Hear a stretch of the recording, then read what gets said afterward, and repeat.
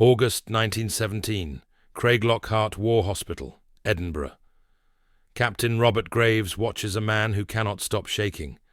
The man is 23 years old, a decorated officer, has led men over the top a dozen times, killed enemy soldiers in hand-to-hand combat, survived gas attacks, artillery barrages, and 3 years in the trenches. Now he cannot hold a cup of tea without spilling it, cannot sleep without screaming himself awake, cannot hear a door slam without diving for cover, cannot look at the colour red without vomiting. His name is Lieutenant William Harrison. His military record calls him a hero. His medical file calls him a coward, because Harrison's wounds are invisible. No missing limbs, no shrapnel scars, no gas-damaged lungs, just trembling hands and nightmares and a 1,000-yard stare that sees horrors no one else can see.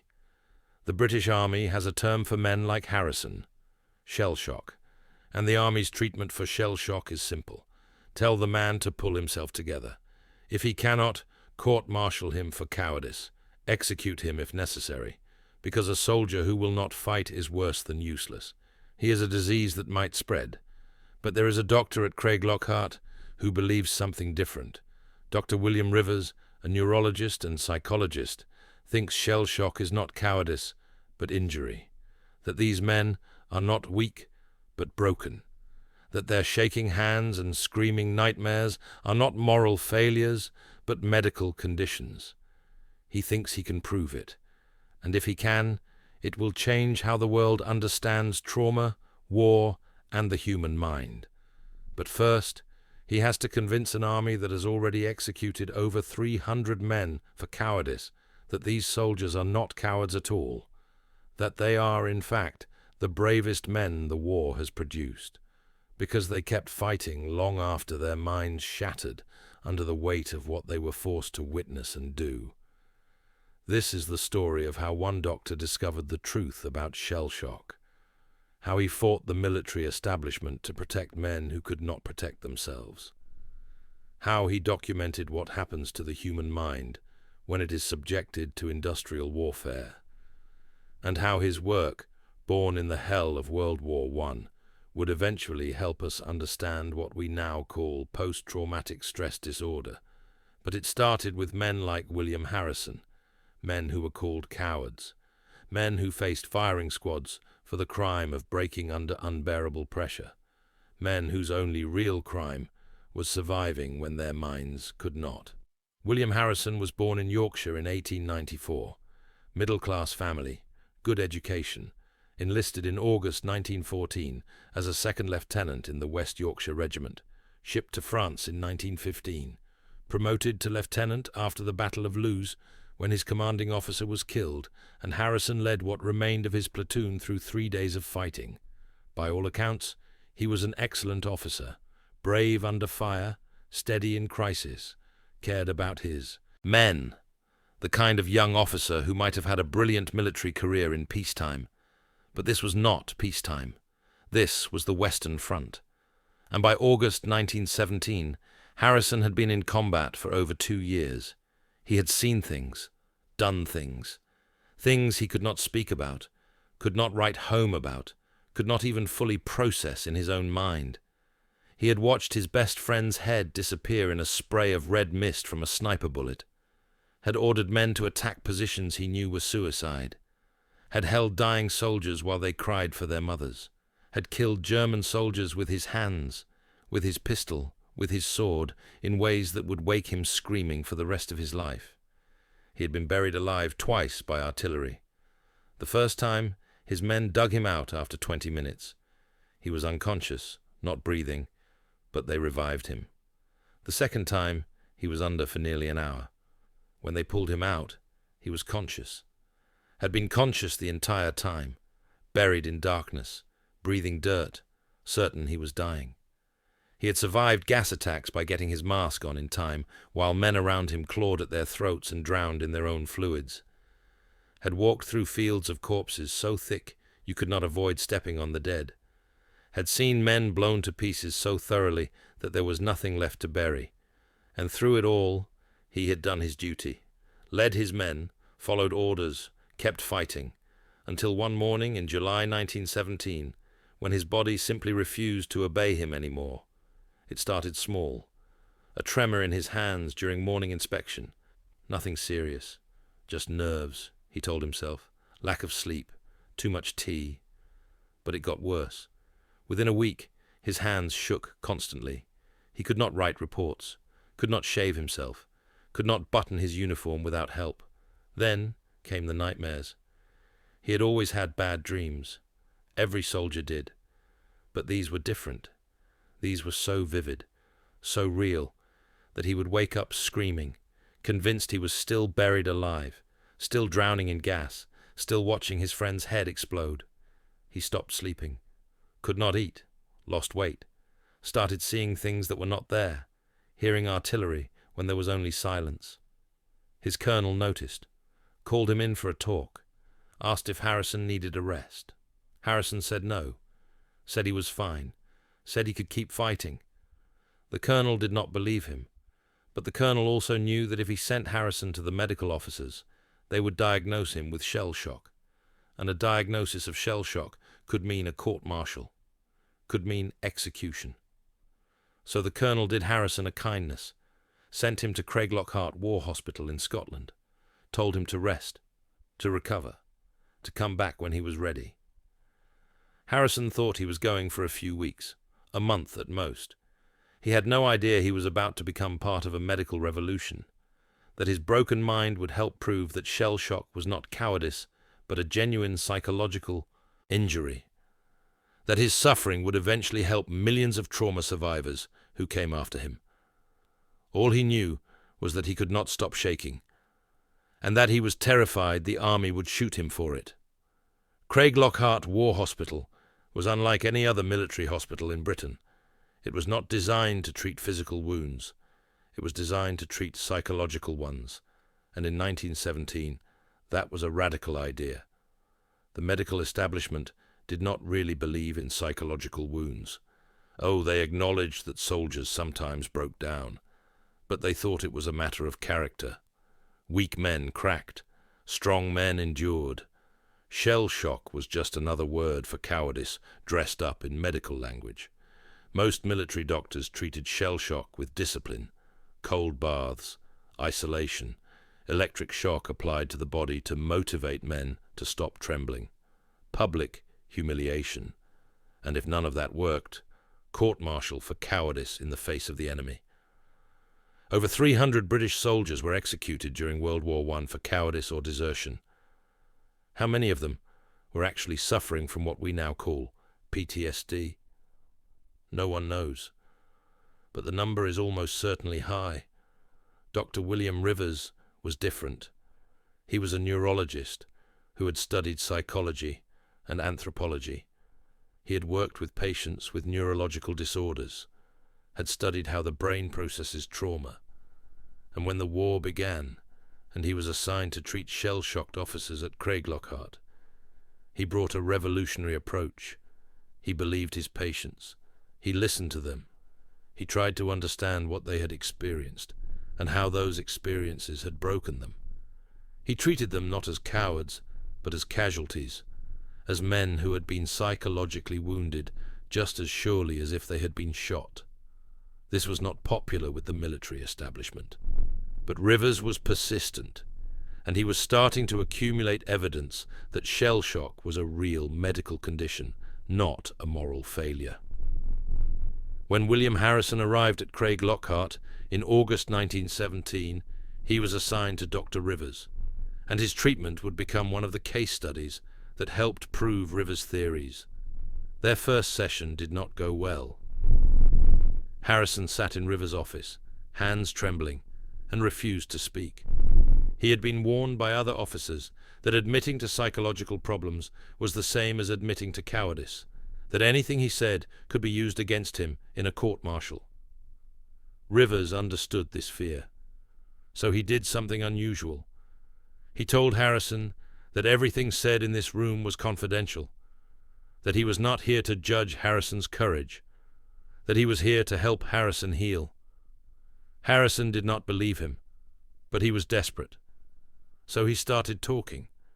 He talked about the trenches, about the mud and the rats and the corpses, about watching men die in ways that should not be possible, about the noise, the constant, unending noise of artillery that made sleep impossible and thought difficult and sanity questionable. He talked about being buried alive, about the darkness and the weight and the certainty of death, about how he could not breathe, but also could not stop breathing, sucking dirt into his lungs, choking, panicking, certain he was going to die. He talked about his friend, about seeing the bullet hit, about the spray of blood and bone, about how his friend had been laughing at a joke 1 second and dead the next, how there was not even time to be afraid, just alive, then dead, just like that. He talked about the German soldier he'd killed with his bare hands in a trench raid, how young the German had been, how he had looked like Harrison's younger brother, how Harrison had choked him to death and felt the man's life leave his body, and how he could still feel it sometimes, late at night, that sensation of life ending beneath his hands. He talked for 2 hours, and when he was done, he was shaking worse than ever, soaked in sweat, barely able to breathe. Rivers did not tell him to pull himself together, did not tell him he was being weak or dramatic. Instead, Rivers said something Harrison had not expected to hear. "You are not a coward, Lieutenant. You are injured. Your mind has been subjected to trauma that would break anyone. The fact that you lasted as long as you did shows extraordinary strength. But even the strongest materials break eventually if subjected to enough stress. You have broken, and we are going to help you heal." Harrison stared at him, and then he wept. For the first time since 1914, he wept, because someone had finally told him that what he was experiencing was not his fault, that he was not weak or cowardly, that he was simply horribly, humanly broken. Dr. Rivers had been studying shell shock since 1915. By the time he met Harrison in 1917, he had treated hundreds of cases, and he was developing a theory about what shell shock actually was and how it could be treated. Rivers believed that shell shock was the result of psychological trauma, that the human mind, like the human body, could only withstand so much damage before it broke, that soldiers on the Western Front were being subjected to experiences so horrific, so sustained, so beyond normal human experience, that their minds were shutting down as a protective mechanism. The trembling hands, the nightmares, the inability to function, these were not moral failures. They were symptoms of a broken nervous system. The mind and body trying to protect themselves from further trauma by refusing to engage with reality. Rivers called it a war neurosis. Today we call it post-traumatic stress disorder, but in 1917, most doctors did not believe it existed at all. The military medical establishment insisted that shell shock was either malingering, faking illness to avoid duty, or weakness of character. Some doctors believed it was caused by the physical concussion of shell explosions, hence shell shock. But Rivers knew that many of his patients had never been near an exploding shell. Their trauma was from what they had witnessed and done, not from physical injury. Rivers' treatment approach was radical for its time. He used talk therapy. He had patients describe their traumatic experiences in detail, believing that repressing the memories made them worse. He encouraged patients to confront their fears gradually, in controlled environments. He treated them with respect and compassion, not discipline and shame. And it worked. Not always, not perfectly, but it worked often enough that Rivers was accumulating evidence that shell shock could be treated, that these men could heal, that they were not permanently broken. But he faced enormous resistance. The military did not want to acknowledge that war could permanently damage men's minds. They needed soldiers to keep fighting. If shell shock was a real injury, then the army would have to acknowledge that it was creating this injury, that it was sending men into conditions so horrific that they were being psychologically destroyed. That was not an acknowledgement the army was willing to make. So the policy remained. Shell-shocked soldiers were cowards. They would be treated with discipline, not medicine, and if they did not recover quickly, they would be court-martialed. Rivers fought this policy, and his fight would eventually help change how the world understood psychological trauma. But it would take years, and in the meantime, men like William Harrison remained in a terrible limbo. Diagnosed with an injury the army did not believe existed, treated at a hospital that could help them, but had no authority to protect them from court-martial. Harrison's treatment at Craiglockhart lasted 6 months. 6 months of daily sessions with Dr. Rivers. 6 months of gradually confronting his trauma. 6 months of learning that what he was experiencing was a medical condition, not a moral failure. The process was brutal. Rivers had Harrison describe his traumatic experiences over and over, in increasing detail. The theory was that by confronting the memories in a safe environment, Harrison could process them, could rob them of some of their power. Harrison described being buried alive until he could do so without panicking. Described watching his friend die until the image lost some of its visceral horror. Described killing the German soldier until he could acknowledge what he had done without collapsing into guilt and shame. It did not make the memories go away. Rivers was clear about that.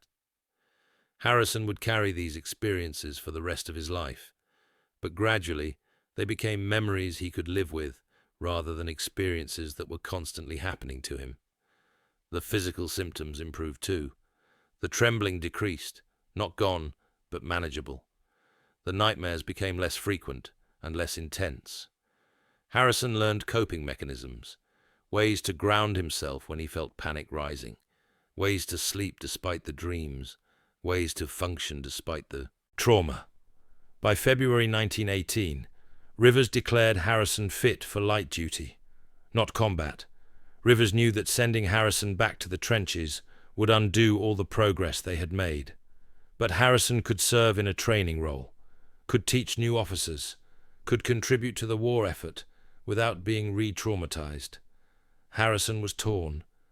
Part of him felt he should return to his unit, that staying in a safe position while his men fought was cowardice, but Rivers helped him understand that he had already given more than could reasonably be asked, that he had served honorably until his mind broke, that continuing to serve in a capacity he could handle was not cowardice, but wisdom.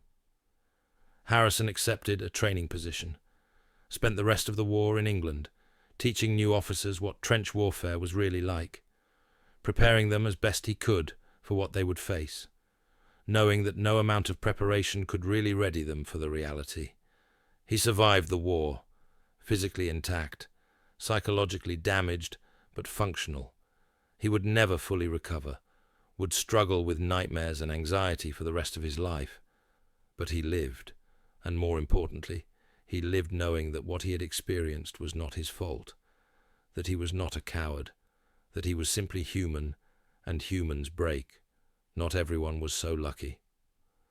While Harrison was being treated at Craiglockhart, the military continued to execute soldiers for cowardice, men who showed the same symptoms Harrison showed, men who were almost certainly suffering from shell shock, but they did not get sent to Craiglockhart.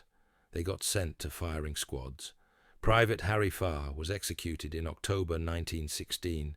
He was 25 years old, had served since 1908, had been at the front since 1914, had developed severe shaking and anxiety after being buried by shell fire multiple times. His officers said he refused to fight. His family said he was too terrified to move, paralyzed by trauma. He was shot by a British firing squad. His widow fought for decades to clear his name. In 2006, 90 years after his execution, the British government finally pardoned him and the other soldiers executed for cowardice, acknowledged that they were likely suffering from what we now call PTSD. Too late to save them, but perhaps not too late to acknowledge the truth. Private Edwin Dyatt was executed in January 1917. He was 20 years old, an officer trainee, got separated from his unit during an attack, wandered lost for several days, eventually found his way to a field hospital where he reported for duty, was arrested for desertion, claimed he had been concussed by shell fire and disoriented. Medical officers found no physical evidence of concussion. He was shot by a British firing squad. His family spent the rest of their lives trying to clear his name. In 2006, he too was pardoned posthumously. These men were not cowards. They were casualties.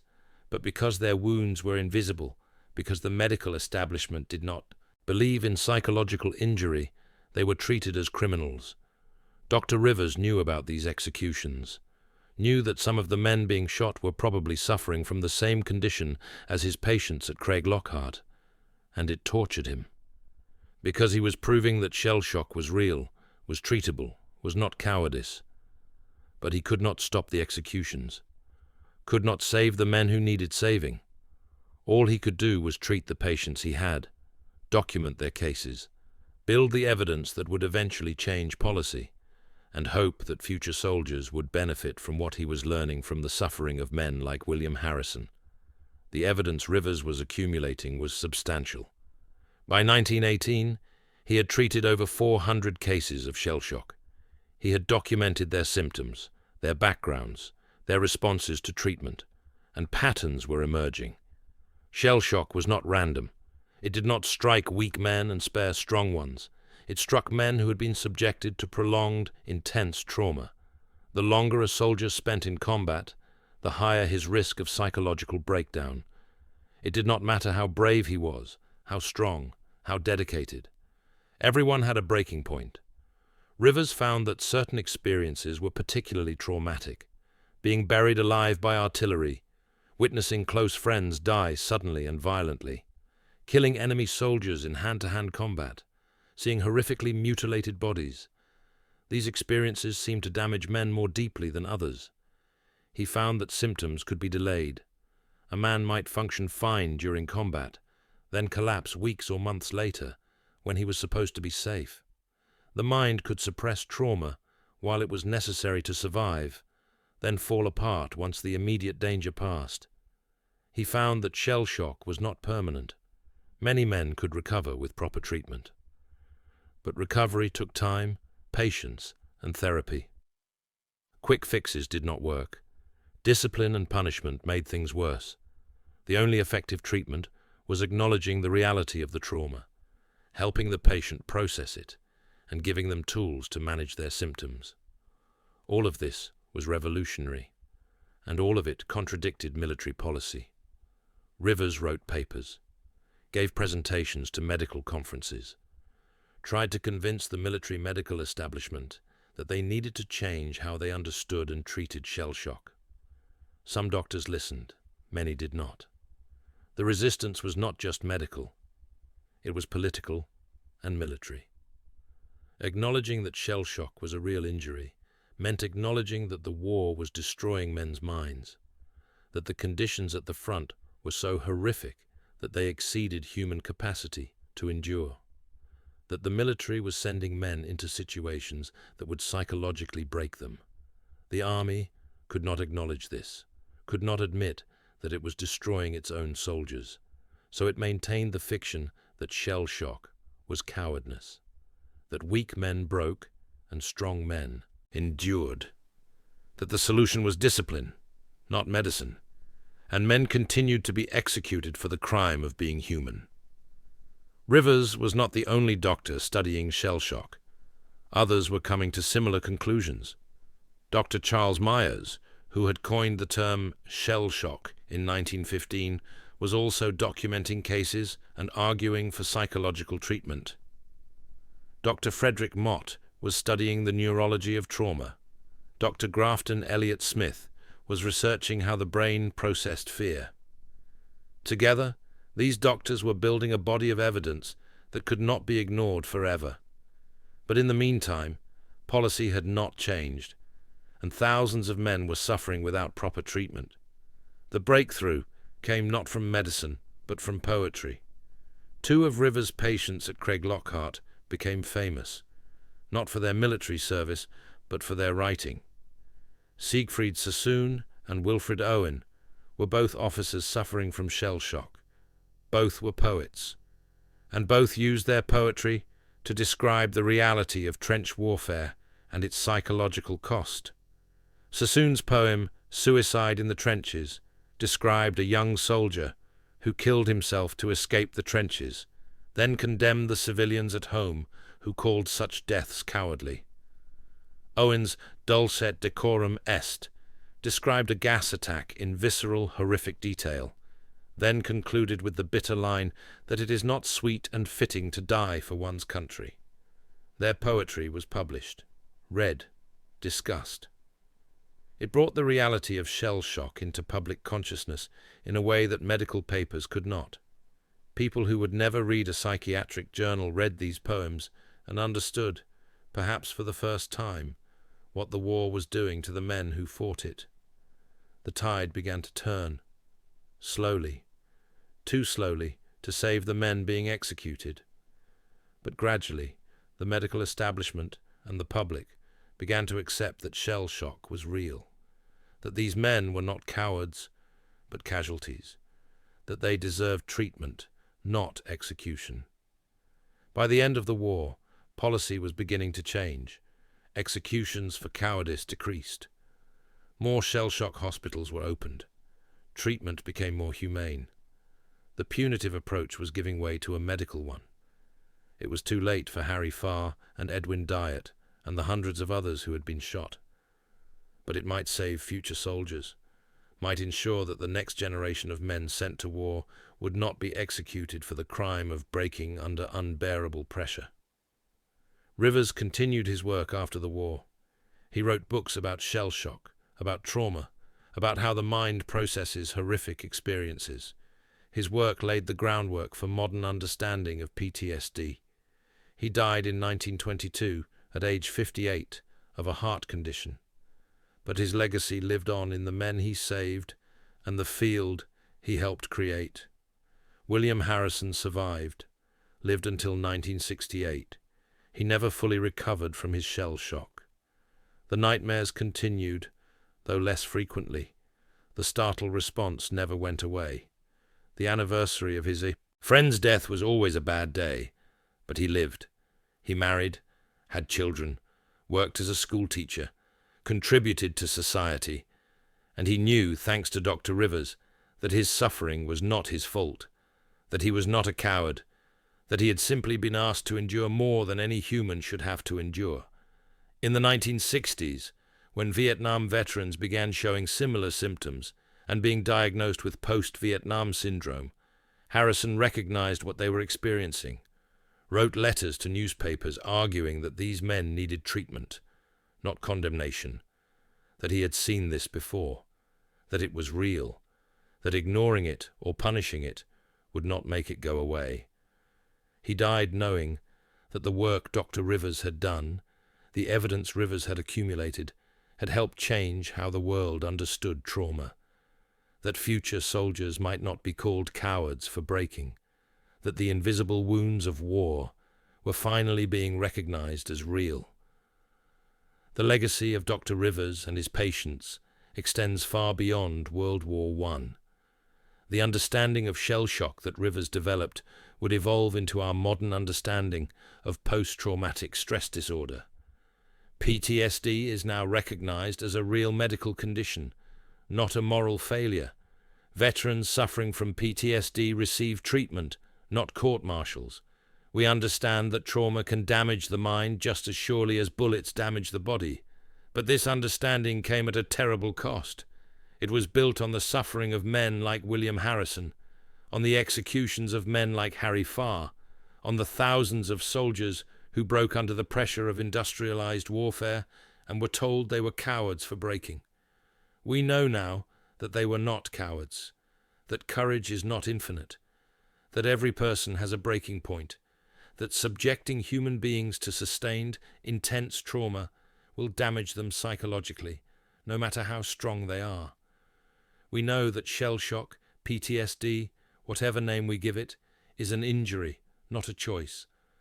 That men and women who serve in war zones will come home changed. That some of those changes will be difficult and painful. that they will need support and treatment to heal. We know this because of Dr. Rivers, because he listened to his patients when others dismissed them, because he documented their suffering when others denied it, because he fought the military establishment to prove that these men deserved medicine, not execution. But we also know it because of men like William Harrison, men who survived, who were willing to speak about their trauma, who allowed their suffering to be documented so that future soldiers might be spared. The World War I executions for cowardice remain controversial. In 2006, the British government granted posthumous pardons to the 306 soldiers executed for cowardice or desertion. It was an acknowledgement that these men had probably been suffering from shell shock, that they should not have been shot, that the military had failed them. But some historians argue that pardons are not enough, that these men deserved more than a pardon 90 years too late, that their families deserved more than a grudging acknowledgement, that the military should have known better, should have listened to doctors like Rivers, should have recognized that these men were casualties, not criminals. The debate continues. But what is no longer debatable is that shell shock was real, that it was not cowardice, that the men who suffered from it were injured by war, not weakened by moral failure. In the United States, the military now has extensive programs to identify and treat PTSD. Soldiers are screened for psychological trauma. Those showing symptoms receive treatment, not punishment. The understanding that Rivers fought for has become standard medical practice. But treatment is not prevention. Soldiers still come home with PTSD, still struggle with nightmares and hypervigilance and the invisible wounds of trauma. We are better at treating it than we were in 1917, but we have not figured out how to prevent it, because the root cause is not individual weakness. It is war itself. Industrialized warfare, modern combat, sustained exposure to violence and death, and moral injury. These things damage the human psyche, and no amount of training or mental resilience can fully protect against that damage. Dr. Rivers knew this. He said as much in his writings, that the real cure for shell shock was not medicine, but peace. That as long as we sent young men into the meat grinder of modern warfare, we would continue to produce shell-shocked soldiers.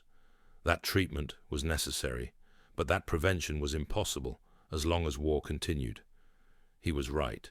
A century after Rivers documented the psychological cost of World War I, we are still sending soldiers into combat and still treating them for PTSD when they come home. We have better treatments now, better understanding, but we have not stopped creating the conditions that cause the injury. Perhaps we never will. Perhaps war and PTSD are inseparable. Perhaps the price of asking people to fight in wars is accepting that some of them will come home psychologically broken. But if that is true, then the least we can do is what Dr. Rivers fought for. Acknowledge that their breaking is not their fault. Treat them with respect and compassion. Provide the best medical care we can. And never, ever call them cowards for being human. William Harrison's medical records are preserved in the archives at Craiglockhart, now part of Edinburgh Napier University. Students studying psychology can read the detailed case notes Dr. Rivers kept, can see the progression from a man who could not stop shaking to a man who learned to live with his trauma. The notes are clinical, but also compassionate. Rivers clearly cared about his patients, saw them as whole people, not just cases, documented not just their symptoms, but their humanity, their courage in facing their trauma, their determination to heal, their dignity in suffering. One note from January 1918 reads, Lieutenant Harrison shows continued improvement. Tremor nearly gone, nightmares less frequent. He has begun to accept that his experiences in France were traumatic, and that his body's response to that trauma is not weakness, but a normal reaction to abnormal circumstances. Today, he said something remarkable. He said that he used to think courage meant never being afraid. Now he understands that courage is being afraid, and doing your duty anyway, and that there comes a point when you have been afraid for so long that your body simply cannot sustain it anymore, that his body shut down not because he was weak, but because he had been strong for too long. Rivers added, "This understanding may be the key to his recovery. He is beginning to see that he is not a coward who failed, but a soldier who served until he broke, and that breaking after years of trauma is not failure but inevitability." That insight, captured in a clinical note from 1918, would become the foundation of how we understand PTSD today. That trauma damages people, that everyone has a breaking point, that reaching that breaking point is not moral failure but human limitation. Dr. Rivers gave us that understanding at great personal and professional cost, fighting against a military establishment that did not want to hear it, documenting case after case until the evidence could not be denied, and men like William Harrison gave us that understanding too, by surviving, by speaking about their trauma, by allowing their suffering to be documented and studied, by being willing to be vulnerable so that future soldiers might be treated better. We owe them a debt, not just of gratitude, though gratitude is owed, but a debt of memory. We must remember that what we now understand about trauma was learned at tremendous cost, that the medical establishment once treated trauma survivors as cowards, that soldiers were executed for the crime of breaking under unbearable pressure. We must remember so that we never repeat those mistakes, so that we never again call someone a coward for being traumatized, so that we treat psychological injuries with the same seriousness as physical ones. We must remember the men who were shot: Harry Farr, Edwin Dyatt, the 304 others whose names are recorded, and the unknown number of others who might have been suffering from shell shock but were labeled as cowards and executed before anyone understood what was really happening to them. We must remember Dr. Rivers, who listened when others dismissed, who believed when others denied, who fought to prove that trauma was real and treatable. And we must remember William Harrison and the thousands like him, who survived, who carried their trauma for the rest of their lives, who allowed their suffering to teach us, who helped us understand that courage is not the absence of fear or trauma, but the willingness to keep living despite it. Their legacy is our current understanding of PTSD, our treatment of trauma survivors, our recognition that psychological injuries are real and deserve medical care. It is not a perfect legacy.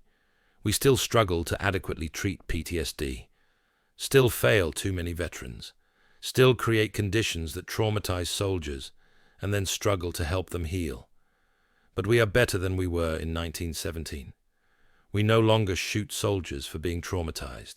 We no longer call them cowards for breaking. We understand, at least in principle, that trauma is an injury, not a choice. That understanding cost lives, cost suffering, cost decades of fighting against ignorance and stigma.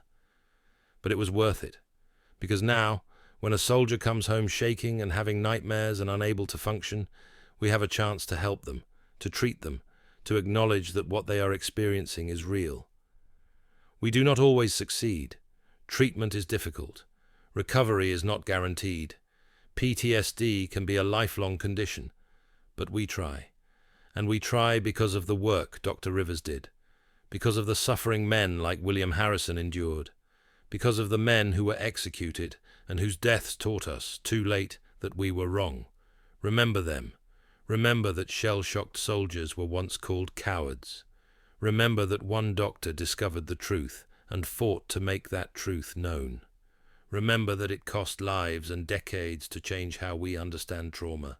Remember, so that we honor their legacy by continuing to improve how we treat trauma survivors, so that we never forget the cost of ignorance, so that we continue the work Rivers started.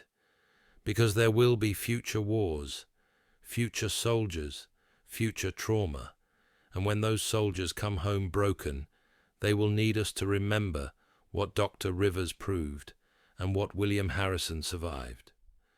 That trauma is not cowardice.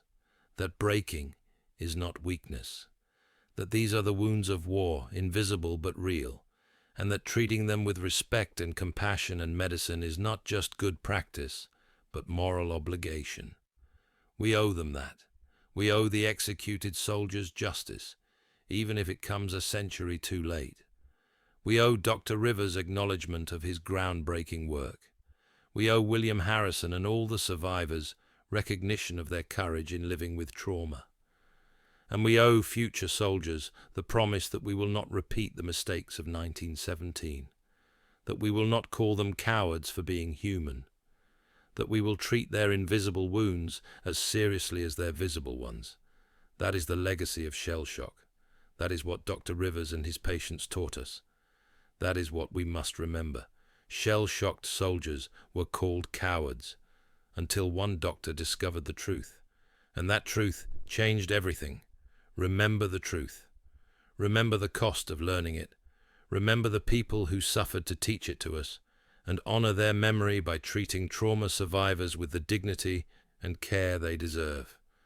Thank you for listening, for bearing witness to this history, for understanding that the invisible wounds of war are as real as the visible ones, for remembering that courage has limits and that reaching those limits is not cowardice, but humanity. Remember William Harrison. Remember Dr. Rivers. Remember Harry Farr and Edwin Dyatt and all the others. Remember that shell shock was real, that the soldiers who suffered from it were not cowards, that one doctor discovered the truth and changed the world. Remember, and honor that memory by ensuring we never again mistake trauma for cowardice.